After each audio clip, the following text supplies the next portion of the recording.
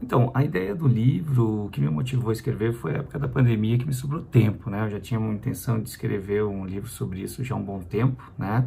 O motivo principal é que eu acho que falta isso dentro da linha espírita, dentro da linha até do pessoal místico, né? Alguma coisa que vincule a cultura e o conhecimento com uma fusão, né? Com o conhecimento atual da ciência, né? E aonde pode comprar o livro? Esse livro pode ser encontrado na Amazon, né, no iBook, pro iBooks também, mas na Amazon é possível comprar o livro impresso, certo? Assim como no Mercado Livre também.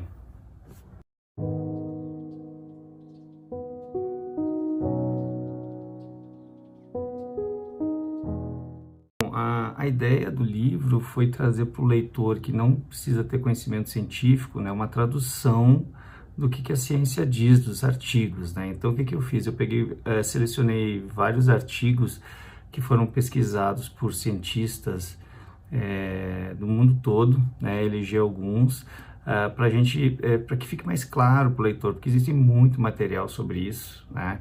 Então, nessa narrativa no livro, eu vou contando como cada pesquisador fez a sua pesquisa, né? E quais foram os resultados que eles encontraram, né, e detalhes observados ali que vinculam com espiritismo, com magnetismo e etc, né, reiki, que possam ser explorados pelo grupo todo, né, que tem interesse pelo tema.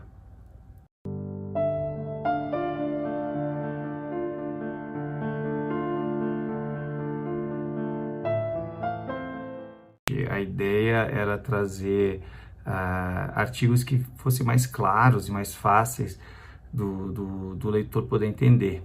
Eu dei uma preferência para pesquisadores brasileiros, até para trazer à tona o quanto o Brasil pesquisa sobre isso, né, e não é tão divulgado. É claro que na parte que entrou a detecção da energia, né, não houve assim uma pesquisa no Brasil forte para trazer, então eu trouxe pesquisas de fora, né.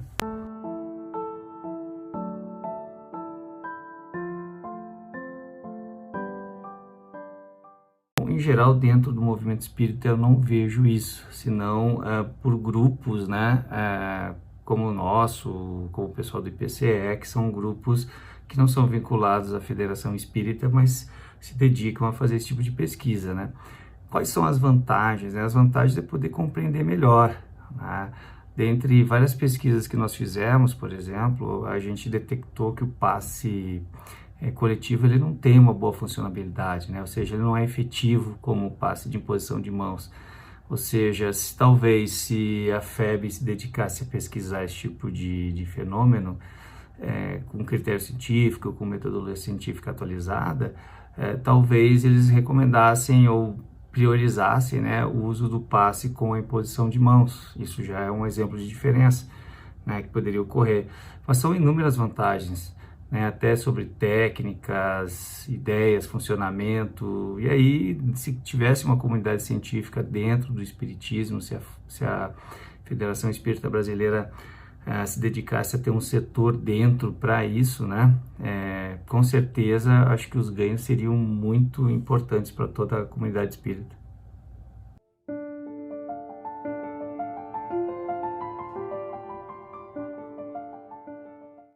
No livro eu consigo detalhar mais profundamente, né? Mas em resumo, essa energia tem o nome de biofótons, né? Ela é uma bioenergia que produz biofótons. Biofótons, de fato, o que é luz, né? E mas quando a gente aprofunda mais, a gente consegue saber até qual é a frequência de amplitude disso, ou seja, ela entra no ultravioleta, né? Então, em resumo, essa energia é uma energia bioeletromagnética que gera luz, uma intensidade, claro, muito fraca, né? Mas a gente pode ver que essa informação converge com uma série de relatos de médiuns quando falam, né? De que as mãos, né? Vem um tipo de energia saindo das mãos, uma aura na pessoa, né? Que também foi detectado uma elevação, né, da temperatura e produção de biofótons na região da testa, né? Então essa energia, na realidade, sintetizando, ela é luz.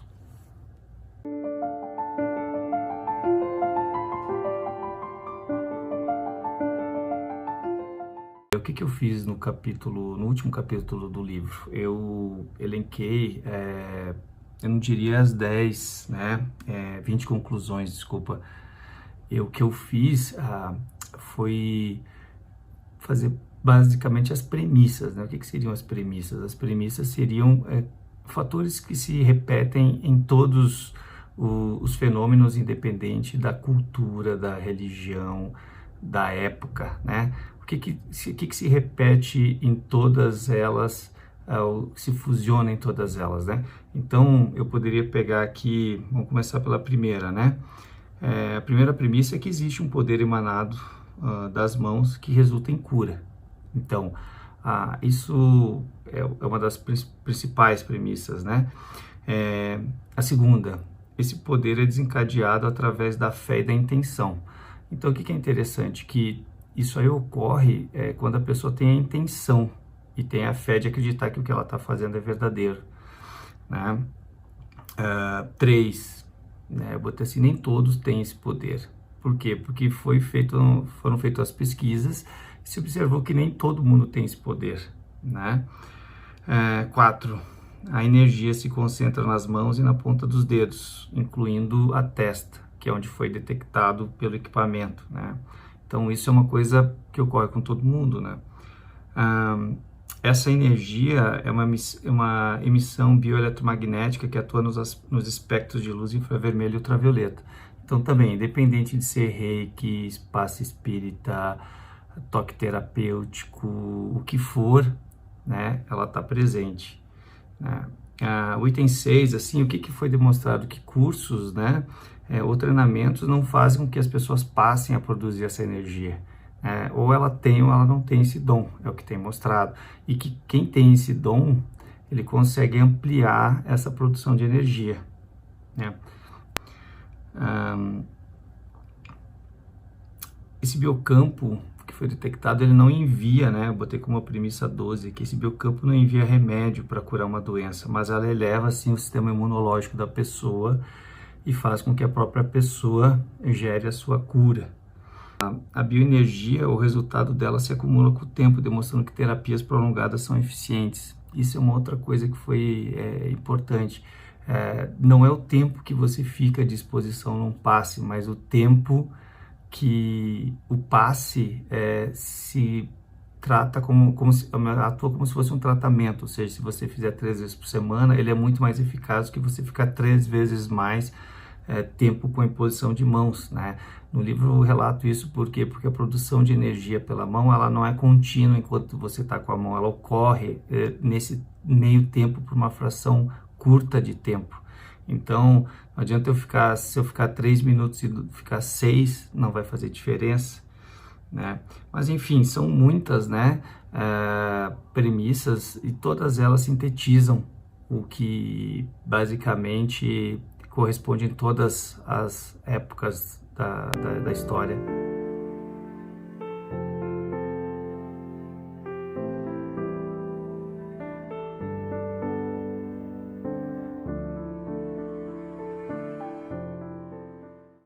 Os biofótons não atravessam materiais opacos, mas conseguem usar o corpo humano como meio condutor, né, atingindo assim um receptor do outro lado.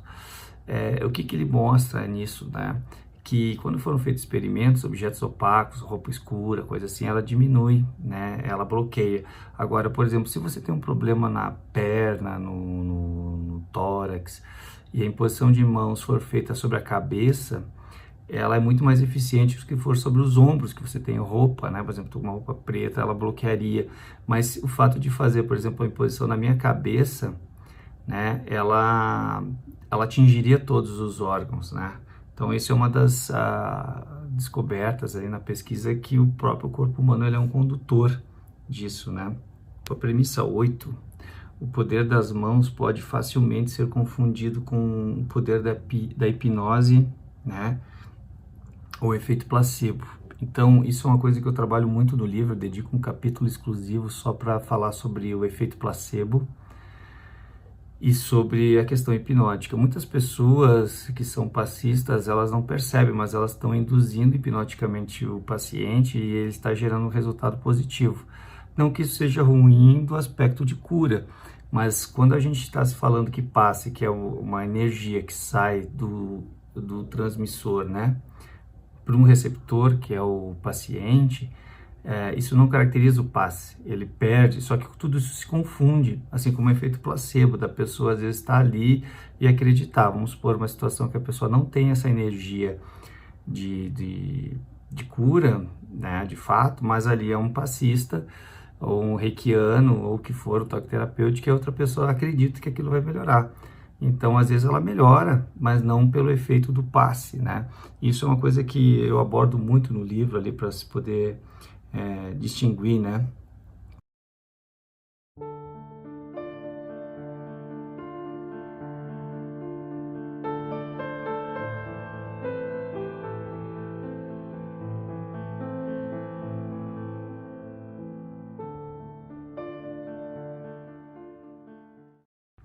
Na premissa 15, né, eu coloquei assim: o tempo de exposição à imposição das mãos não altera significativamente o resultado. Portanto, quando um pastor, padre, passista, espírita, mestre de reiki ou qualquer outro impuser a mão sobre uma pessoa, o resultado poderá ser muito variável, né? Então, como eu comentei anteriormente, não é o tempo, mas uma terapia contínua faz efeito, né? As técnicas de passagem, aqui numa premissa 16, as técnicas de passagem e imposição das mãos estão ligadas às crendices, não gerando resultados melhores em quem as recebe.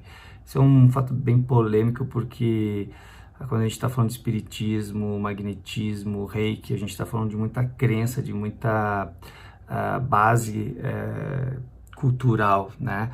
E o que as pesquisas mostraram? Que independente da técnica que se utiliza, mão, movimento, dispersiva, impersiva, sopro, isso não faz diferença, né? Os resultados se demonstraram positivos só com a mão parada, por exemplo, tá? Então, agora o que é importante? Que se a pessoa acredita que ela tem que fazer um movimento X ou Y, ela deve fazer esse movimento, certo? Por quê? Porque esse é o fator fé, é o starter que vai desencadear o processo de cura, é o starter que vai desencadear o processo da emissão dos biofótons, né? Então, mas em termos científicos, não faz diferença se a pessoa quer fazer a mão de um jeito, quer ficar com a mão parada, isso não altera o resultado, né? Um detalhe muito importante também de uma das outras premissas, né, que a gente conseguiu observar, foi que o poder das mãos pode ser armazenado na água, né? Em contrapartida, não permanece concentrado no ambiente, né? Ele se espalha. Então, o que a gente conseguiu descobrir ao longo do tempo? Isso foram pesquisas feitas e publicadas na revista Ciência Espírita, que o ambiente, o ar, ele até serve como estática, mas ela dispersa. Mas na água, os experimentos que nós fizemos, ele mostra sim que essa energia, por algum motivo, ela fica na água e ela consegue ser detectada por médium vidente, por algum.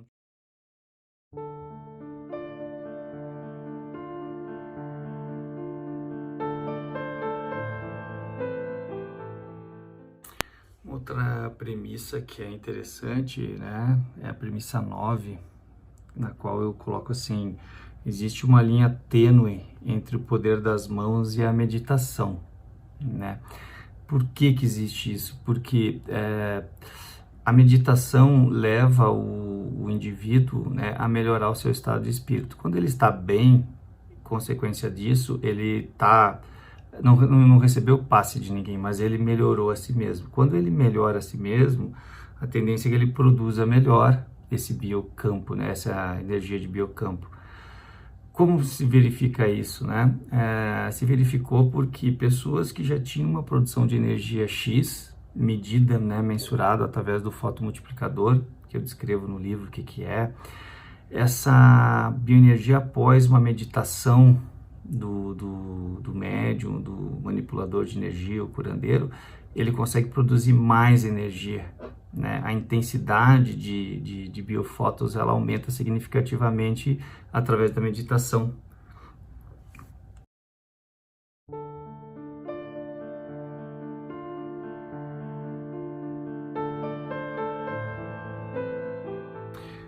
Uma outra premissa que acho que merece um pouquinho de explicação aqui é a 13, né? Essa bioenergia pode alterar o crescimento de bactérias e células cancerosas, reduzindo-as.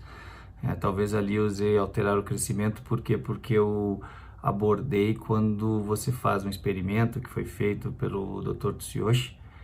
Eles comparam o crescimento de um câncer com desenvolvimento normal, né, e depois com a aplicação da imposição de mãos. E o que foi observado? Que o crescimento altera, né? As células que receberam imposição de mãos, ela cresce numa velocidade menor, né? Então, ele dá mais chances, né, de cura de alguém que tenha câncer. E isso faz muita diferença. Essa é uma pesquisa bem complexa, porque foi apenas uma das observações, mas é muito viável que consiga até reduzir o tumor. Ali foi feito um experimento in vitro, né? Não foi feito em pessoas, né? Foi feito em células muito específicas, né? Mas então ali a gente não tinha toda a atuação de todo o conjunto, da somatória do efeito placebo, a somatória do próprio organismo da pessoa, das células que iriam reagir contra isso, que seriam as natural killers, né?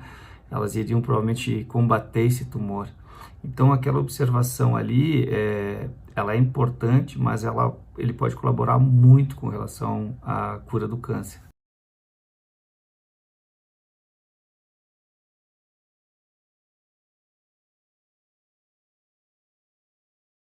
Bom, a ciência materialista em geral não se dedica, né? Porque a ciência eu não vejo como uma ciência materialista, né? Eu vejo como pesquisadores materialistas e pesquisadores mais abertos, né? De mente mais aberta. A ciência, de uma forma geral, eu considero ela como muito aberta. O problema sempre vai ser o fator humano, né?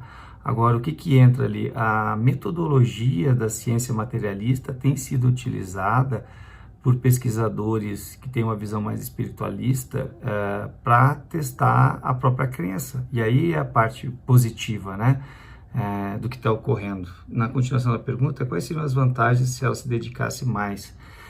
Bom, o que seria, né? É que hoje nós temos, sim, pesquisadores materialistas que têm uma visão muito limitada, né? Ou eles acreditam muito num determinado ponto. O que eu acho que poderia evoluir é o tempo, né? Evoluir mais rápido, aumentar o conhecimento. O que nós temos hoje na prática é pesquisadores com uma visão mais espiritualista, utilizando a metodologia moderna para fazer as pesquisas, e os pesquisadores materialistas fazendo a crítica, né? O que é bom, porque eles às vezes conseguem apontar os erros metodológicos, os erros de conceito que o espiritualista pode não estar conseguindo observar. Então, esse desnível, né, esse desequilíbrio, no fundo, gera um equilíbrio, né? E a parte positiva é que acaba gerando os resultados aí, muitos dentro do esperado, mas muitos se evidencia que realmente são mitos e crenças muito específicas que não fazem sentido algum.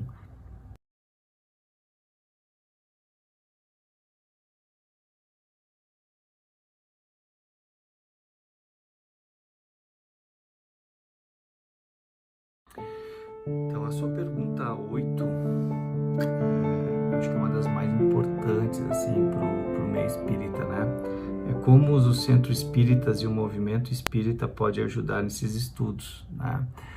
Bom, a parte mais interessante de ajuda que poderia se ter era a aceitação da linha científica, né? Aquela base de Kardec que foi muito tempo já abandonada dentro do espiritismo, né? talvez seja uma fase natural de disseminação da ideia, né? Dentro do espiritismo hoje nós temos níveis culturais e científicos muito diferentes, né? Mas o que eles poderiam ajudar? Eles poderiam ajudar com voluntários, né? Porque toda pesquisa espírita precisa de médium, né? Então, se centros espíritas fossem mais abertos a se utilizar uma metodologia científica para fazer as pesquisas internamente, isso seria legal. Na minha opinião, isso deveria partir da Federação Espírita, né? Mas o que nós temos hoje? Algumas casas espíritas dispostas a esse tipo de pesquisa, né? De fato, a gente que faz pesquisa mais na linha metodologia de ciência moderna, dentro do espiritismo, a gente acabou utilizando médiums que não pertencem a centros espíritas, né? Até porque muitos que se tentaram não conseguiam passar nos experimentos básicos. Então, por que isso? Porque dentro do centro espírita tem uma cultura muito de poda dos médiums.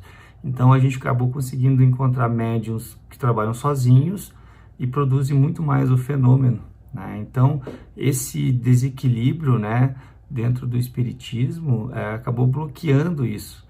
Então, teria muita coisa ainda a se aprender, a se estudar dentro da linha espírita, né? Mas só com a abertura dos centros espíritas para poder se fazer pesquisa.